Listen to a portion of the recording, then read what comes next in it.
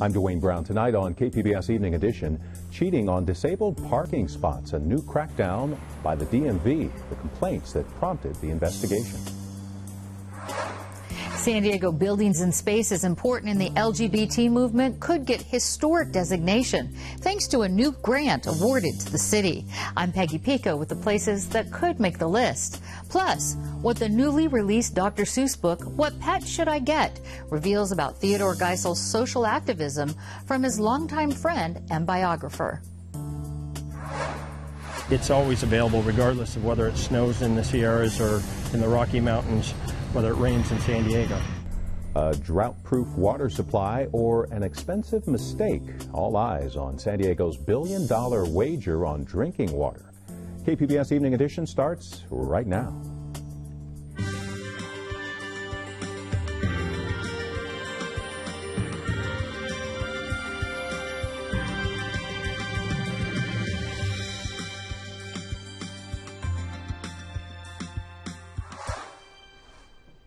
Hi, good evening. Thanks for joining us. California is now under a state of emergency as wildfires burn across the parched state.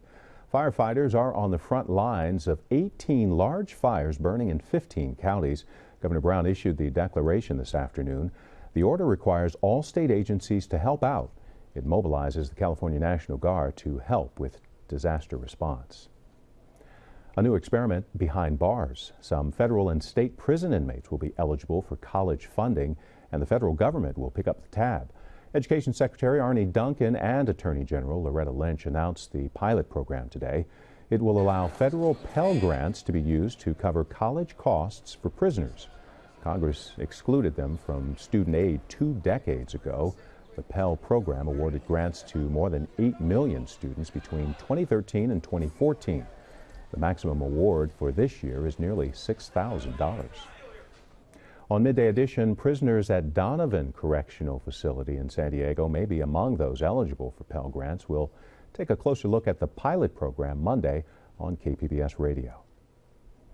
This week, the Secretary of Education also said we need to help college students complete their degrees, especially those who come from low-income families. A summer program at UC San Diego is trying to do just that, preparing high school students for the rigors of college. 15-year-old Juan Martinez has spent 3 weeks living and studying on the campus of UC San Diego. I thought it'd be a good thing to do during my summer. Martinez lives in an area where the unemployment rate is 21%, or 3 times the state average. Living in Imperial Valley, most of the parents are farm workers or in the fields, and money is sometimes an issue. Therefore, you have to find out how to pay for it. He wants to study engineering when he goes to college and says the Academic Connections program teaches you how to help pay for tuition, among other things. I thought it was really cool as well that we get the college credits for what we do here. Students not only have an opportunity to learn and have a vision of what they could do when they go to college, but also that confidence about how to work with others that are different. And in many cases, these students have not even been out of their own neighborhood. This hands-on STEM-focused program is the real deal. Students have been doing research projects here since 2001, and many plan to be the first in their family to graduate from college. The success rate is off the charts. Chris Yanoff is a UC San Diego alum and runs Reality Changers, a nonprofit that helps students apply for scholarships. He says getting them on the college track early is the key to success. We know that if our students come after freshman, sophomore, and junior year of high school, 97% of them are on track to graduate from a 4-year college. He says that's double the national average of all students graduating from college in 6 years or less. 373 participants will graduate from the program tomorrow, getting a real feel of what it's like to finish college. A new report on school enrollment in California offers signs of a decline in the number of people living and working in the country illegally. The Migration Policy Institute says there are nearly 260,000 children in the country illegally who are enrolled in California schools. A Pew Research report shows the decline in undocumented students is part of a larger drop in the undocumented U.S. population. Researchers say the numbers are dropping faster in California than any other part of the country. Parents protesting where the sidewalk ends outside of San Ysidro High School. They carried signs on a dirt path along Otay Mesa Road this morning. They say this half-mile stretch is dangerous for students walking to school with its steep embankment, blind curves, and no streetlights. Parents say they've been asking San Diego to build a sidewalk since 2002. City leaders approved funding for the project last year, but they haven't found a contractor yet. Educators shared teaching tips and tricks today at the first ever California Teachers Summit. KPBS reporter Matt Bowler says they're getting energized for the coming school year. Alex Cacciatani is telling thousands of San Diego teachers how he used a fun, albeit nerdy, rap video to get his students interested in math. It's about adding numbers with decimal points. Cacciatani says paying attention to what students are interested in and using those interests to deliver the curriculum is a great way to spark young minds. Really considering the students, their experiences, and what they're going through, and use that in order to hook them. Sharing insights like Cacciatani's is what the Better Together California Teachers Summit is about, says Judy Mantle, Dean of National University School of Education.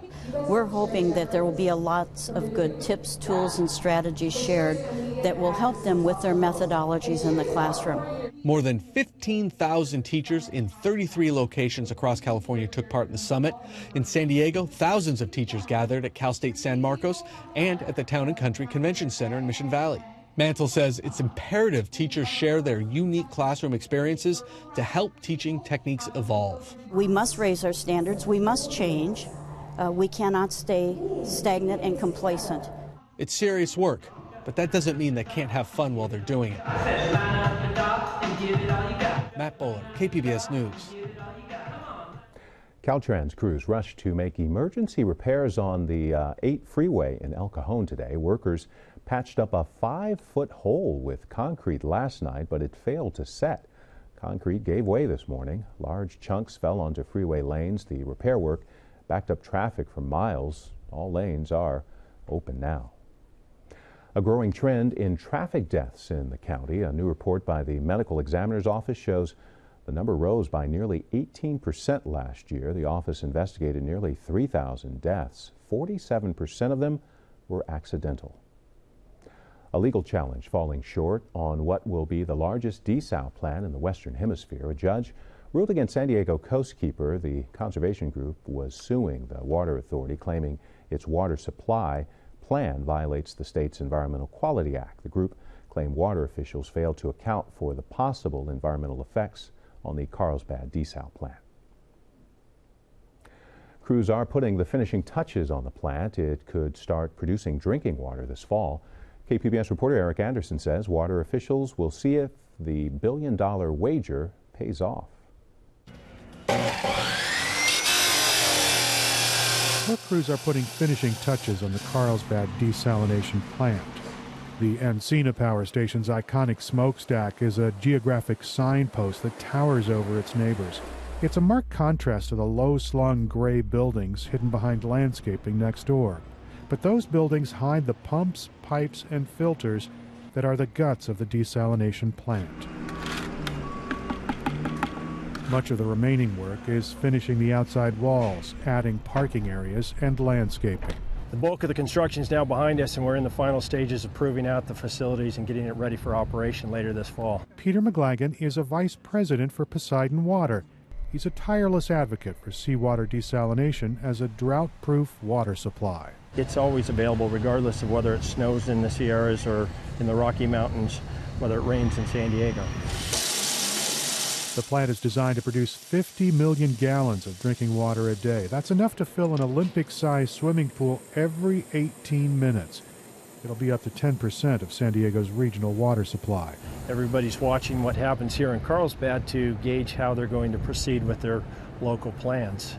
The success of this plant will demonstrate the viability of this technology as a future municipal water supply for other communities. Other desalination projects are in various stages of development on the West Coast. One is a Poseidon proposal up in Huntington Beach. A bumpy start here might influence those other projects. The Pacific Institute's Heather Cooley agrees that this plant is being closely watched. It's hard to say what the long-term impacts are going to be.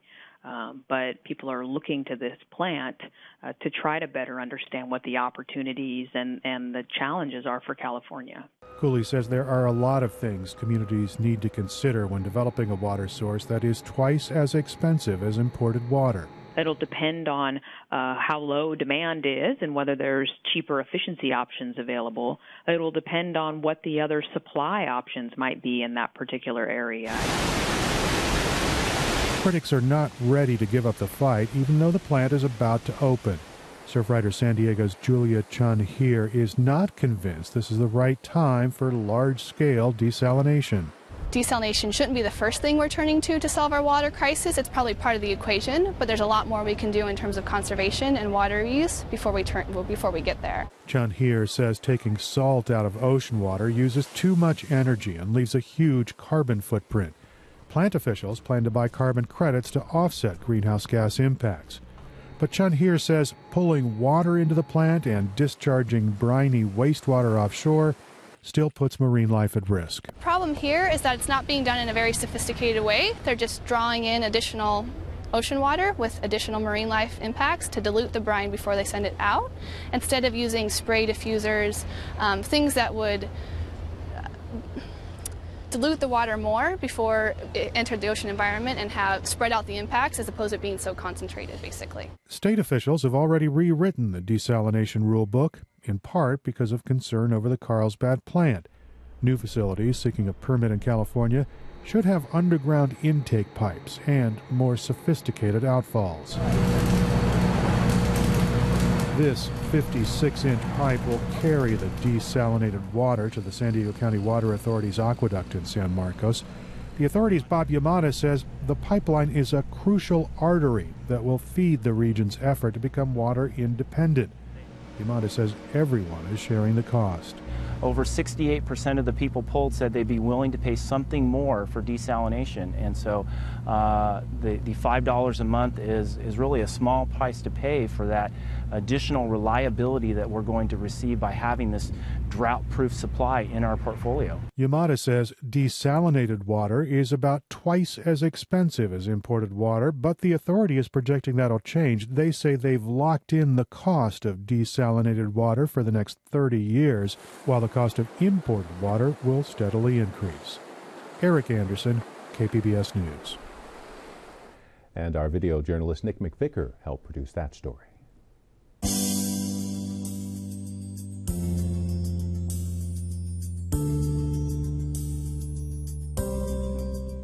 San Diego City Council will begin a new study about the history of our LGBTQ community. Peggy Pico explains the significance and how it may lead to building preservation. The city will match the grant with another $20,000. Among other things, the money will enable the city to grant historical designation to buildings and spaces that were important in San Diego's political and social progress for lesbian, gay, bisexual, transgender, and queer residents. Here with the details is my guest, Charles Kaminsky, with the Lambda Archives, which collects and preserves San Diego's LGBT history. And Charles, this grant, as we mentioned, in part is going to be used to get this historical designation for important buildings for this movement. Why is it important to save buildings? Well, it's important to save buildings because it gives us a sense of place, of who we were and where we were, and enables us to move forward to say who we want to be and what we will be. So this is part of this project, of this grant, right, to put the movement in historical context. So how is the information going to be gathered? Well, there'll be a number of mechanisms that the city and their consultant will use. They'll use social media. They'll do probably a website. They'll do definitely oral interviews with significant elders of both the straight and LGBT community. And they'll do site visits. They'll come probably to Lambda Archives and look through our collection of materials from the 60s and 70s and formulate the framework for this report. Well, is there a certain time, a certain point in time, or a particular time that you would consider to be a good place to start for this historical journey of the community here in San Diego? That's a really good question. I mean, our history goes back way to 1885. but it was never acknowledged in 1885. People didn't call themselves gay or lesbian in 1885. Same is true in 1905. There are some significant sites in San Diego that are recognized for their non-LGBTQ history. And hopefully this report and this study will bring us back to those times. I think after World War II, I think that's a pivotal point in San Diego's development. With the war ending, the Navy coming back into town, soldiers and sailors reestablishing their lives. Early 60s, very political. So how much history of the LGBTQ community actually has already been lost? Well, that's a good question, and we'll probably find out through this report. The most recent loss was the demolition of the Bernie Michaels Tom Carey house. That was where the early start of the future center, the LGBT center, began in small meetings, and that's where the early pioneers in the LGBT community met and formulated the Articles of Incorporation and the planning for the future center. And that was just recently demolished back in May, correct? That's correct. What are some of the buildings and spaces that you think should be included in this? Well, the first one that I would recommend, and I'm not the expert, would be the actual first center. It's 2250 B Street in Golden Hill. It's a private residence now, and it is historic now, but it's not historic for the LGBT community. So I would recommend that we go back and, with the agreement of the property owner, add and modify the original designation to recognize that center. How is it decided if a building is historically significant? That's another very good question.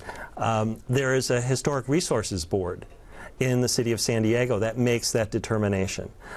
Someone who's interested in designating a property for historic resources pays the fee, hires a consultant, submits the report, and then it's considered.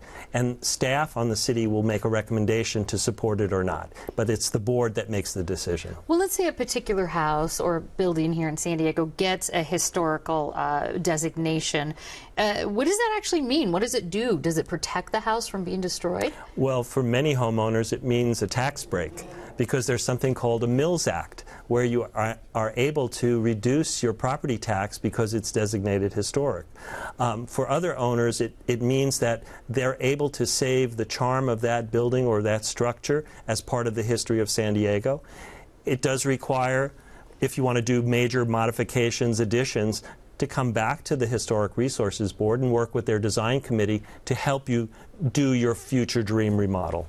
And we'll have to end here, but why is it important for the LGBT community to get this recognition for places and spaces? Another excellent question.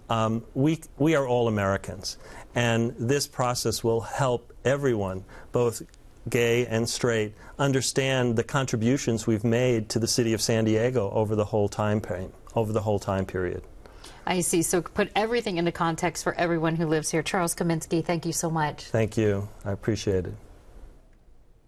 On notice from the DMV, drivers who are taking advantage of disability parking cards. The agency launched Operation Blue Zone last year. The investigation led to 6 arrests and 16 convictions. The DMV says the number of illegal disability parking cases doubled over the last year, many prompted by citizen complaints. Because one thing is to use a disabled placard in an illegal manner. I mean, using it if it doesn't belong to you, that would give you a fine, etc. But if you're actually forging the application or lying in the application, that can land you in jail. DMV investigators are reviewing applications and spotting irregularities like requests with the same medical diagnosis and the same doctor's signature. A roadblock for California's growing marijuana industry. Pot operators mainly handle earnings in cash. Many banks refuse the cannabis money because using marijuana is against federal law. State regulators are looking for a legislative solution to move the industry away from the cash business and discussed options at a meeting in Sacramento today. Lindbergh's Terminal 1 is almost 50 years old and due for a makeover. The story of an Escondido man and his experience in immigration detention. And are the new downtown public toilets a human right or urban blight? Join us for the KPBS Roundtable tonight at 8:30. Flying off the shelves, the new Dr. Seuss book, What Pet Should I Get?, was the #1 best-selling book on Amazon Tuesday. That's when it landed at bookstores around the nation. Peggy Pico has more on the new children's book entering into bedtime story rotation. The manuscript for What Pet Should I Get was discovered in 2013 in a box of the author's notes and sketches. Dr. Seuss was a long-time La Jolla resident until his death in 1991. To his friends, he was Ted Geisel. My guest, Judith Morgan, is one of those friends, and she co-authored his biography, Dr. Seuss and Mr. Geisel, with her late husband, San Diego journalist Neil Morgan. Judith, welcome. Thank you. Now, What Pet Should I Get is the first new book from Dr. Seuss published in the last, in 25 years. What do you actually think of it? I think it is good Seuss. The art is perfect. The art is beautiful.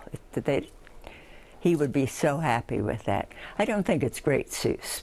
And I think this is the reason that he set it aside. He was a huge perfectionist. He would quibble and argue with himself, and there's a point in the book where he suddenly gets happy and you can tell it, and the verse picks up and he goes into his fantasy animals.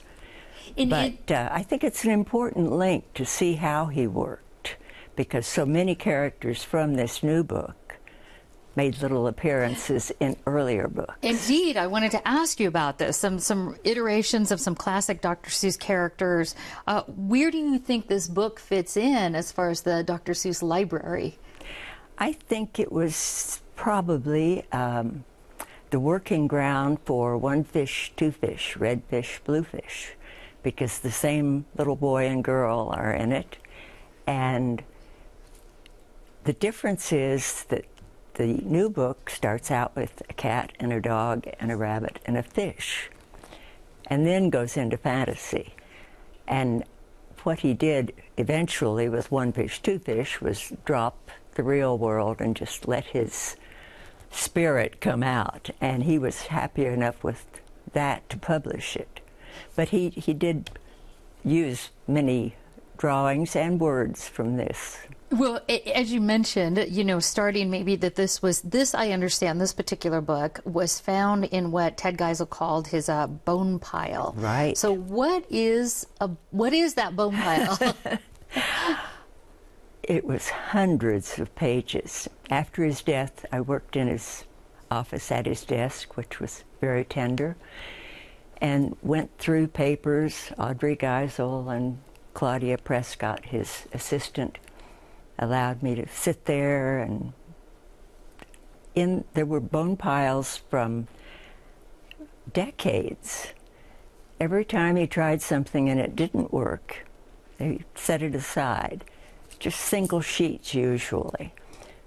But another example was he would have a poem in there. I mean, like the Waiting Place, which is in The Places You'll Go. Right. And he just picked it out of the bone pile and it went whole into the book, and it's one of the most powerful sections of Seuss to read alone. Do you think that there's another manuscript or something else that might come out of that bone pile? I do not. It was a discard with a little hope on top. A little hope that.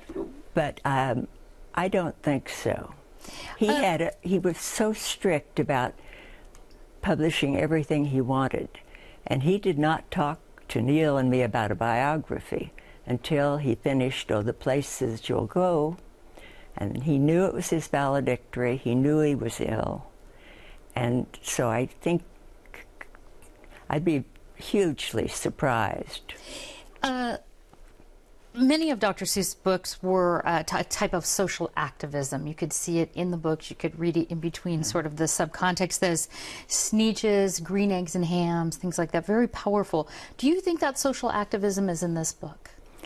Not to that level, but each book has a certain moral to the story, a morality of, the Cat in the Hat comes in and messes up the house completely, but it cleans up at the end, and it's settled. And I think that the idea of making up your mind, which is the theme of this new book, What Pet Should I Get, was a battle that Ted had all the time. He could never make up his mind, and he would try things, and he had a favorite saying, which was, on the other hand, though. Well, we are so glad he tried this and you were here to talk about it. Judith Morgan, thank you so much. Thank you very much. San Diego History Museum is celebrating the book's release tomorrow. They're holding a Dr. Seuss scavenger hunt and offering book readings. That begins at 11 in the morning. I'm Judy Woodruff on the next News Hour. How much to spend on a weapon no one wants to ever use? The fight over the Navy's nuclear submarines. That's Friday on the PBS News Hour. Surf's Up furry friends hit the waves tomorrow. They are competing for the top dog spot at the Surf Dog competition in Imperial Beach. Activities include an off-leash play area, a beer garden, and on-site dog adoptions. Proceeds benefit San Diego Humane Society and SPCA. Large crowds are expected for this free event. You can find tonight's stories on our website, kpbs.org/evening edition. Thanks for joining us. Have a good night and a great weekend.